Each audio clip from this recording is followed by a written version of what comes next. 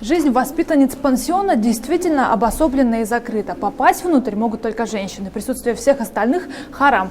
Поэтому даже снимать репортаж мне сегодня придется самой, без оператора.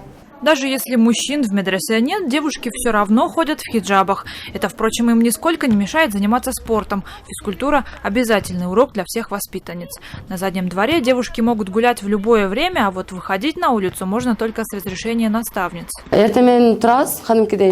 Утром встаем, завтракаем, потом читаем намаз и приступаем к изучению ислама. Еще мы учим иностранные языки – арабский, английский, турецкий.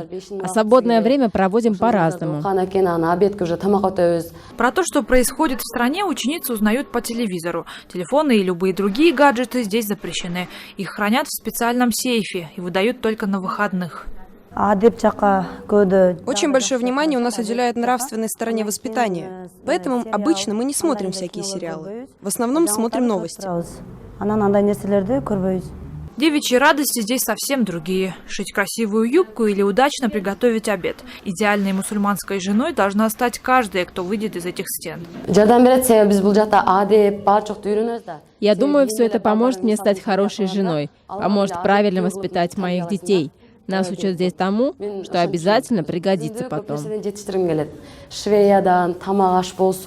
Своими выпускницами в пансионе гордятся. Благодарные мужья иногда приходят на поклон к наставницам. Девочек набираем на базе 9 класса, то есть, соответственно, они здесь получают специальное образование.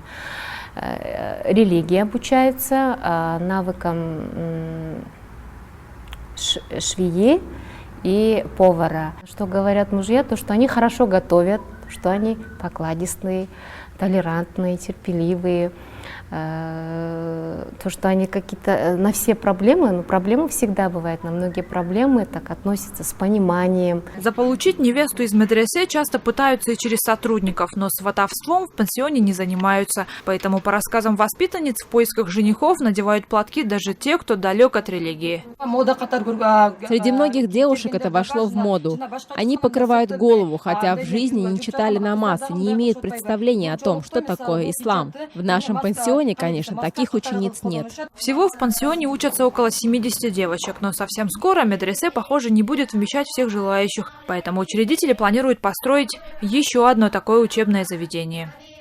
Дибек Бегалиева, «Настоящее время», Бишкек, Кыргызстан.